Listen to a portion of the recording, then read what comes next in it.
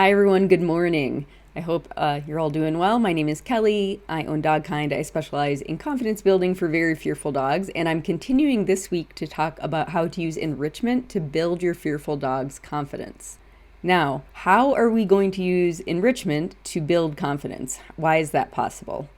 First, we have to define confidence, and this is a little bit of a review from last week. Confidence behaviorally can be defined as an effect of a history of success, where our dogs learn that they can use behavior to get good things. And for really sensitive dogs, this is a big deal. They learn that they can use their behavior not just to try to avoid scary things, but to make good things happen. In order for this to produce what we might think of as confidence, we want them to learn that it works for them often, over and over they succeed, and it works in lots of places. It's not just one, location like their safe space maybe where they can be successful and make good things happen. If we think of enrichment as being a setup we provide for our dogs that allows them to make good things happen and succeed, access positive reinforcement, what does that do behaviorally for our dogs? Well, enrichment involves behavior, right? They have to use their behavior to manipulate toys, to search out treats, whatever game you've set up for them. And if you've done this well, then the behaviors that your dog is using in their enrichment games will be positively reinforced over and over again. And again, behaviorally, we can think about confidence as a side effect or an effect of this repeated history of positive reinforcement, of succeeding, of using behavior to get good stuff. So what do we need to do to use enrichment to build our dog's confidence? Number one, of course, is to find something your dog will do, some kind of enrichment. This is what we covered last week, so check out those videos. Find enrichment your dog will do and enjoy. This week's topic is generalization then. We want our dogs to not just know how to make good things happen and therefore feel confident in one location like their safe space or one situation. We want them to learn that the world is safe and they have skills they can use to produce good things in lots of different settings. So we want them to learn I can make good things happen everywhere. And then number three, we'll add variety to the game eventually, so your dog is using more kinds of behaviors. That you might also then get some insight into some things they prefer that you weren't aware of before. We'll add variety. That'll be next week's topic. And then finally, and you don't have to do this in this order. You could start thinking about this right away, but I usually reserve this until we have something the dog will enjoy and can enjoy it in several locations, is we can start thinking about what enrichment activities would be most practical and useful for getting target behaviors or behaviors that will be helpful for the dog when navigating the world. Okay, so back to generalization. This is teaching our dogs that they can win the game anywhere, that they can succeed anywhere. They have tools that work in lots of places. And there are two pieces of this puzzle that I can give you that I think you can use on your own to help you make progress. One is use props to aid generalization, and that's what we'll cover a little bit today. And the other is slow it way down. However fast you think your dog can do, can take on enrichment challenges, like increasing challenges, increasing difficulty. Whatever you think your dog can do, slow it down by a factor of at least 10. Most of us, that's where we get stuck, is trying to ask for too much too soon. But let's talk about props. Why use props when trying to use enrichment to build confidence?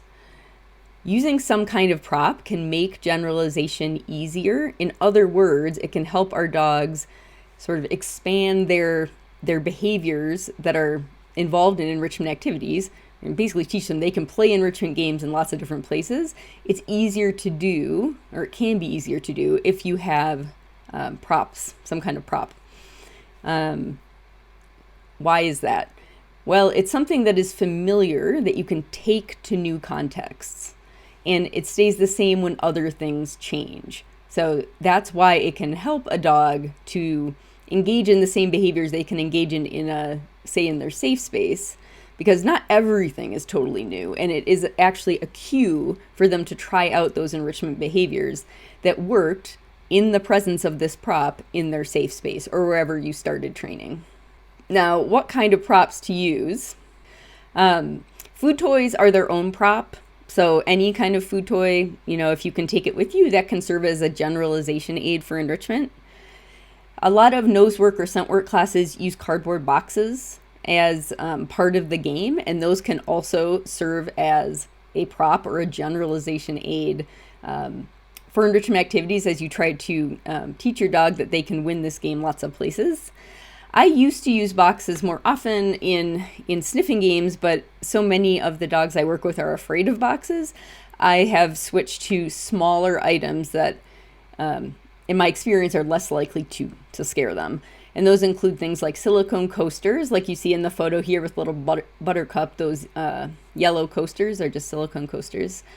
Snuffle mats, which you can get in small sizes, can be a really good prop for use in generalization exercises. And also lick mats are good, especially the silicone lick mats.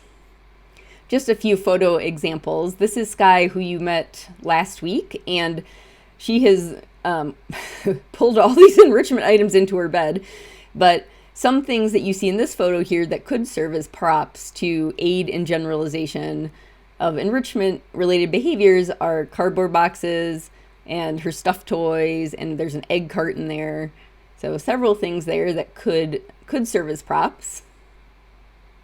Here's Joey using some treat targets outdoors, and those are silicone coasters, and they serve as generalization aids for the behavior of walking, following the coasters and eating the treat. Little Randy, who you've also seen before, these I think are also coasters, and you see a plate as well, and sometimes his mom will use small plates instead of coasters.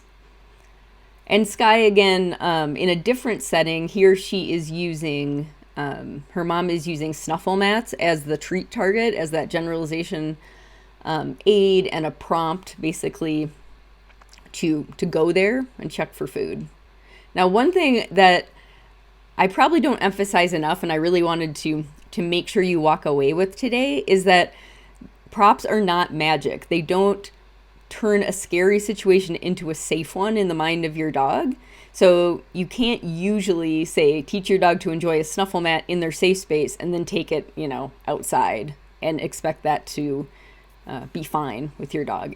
That's probably way too big of a step for them.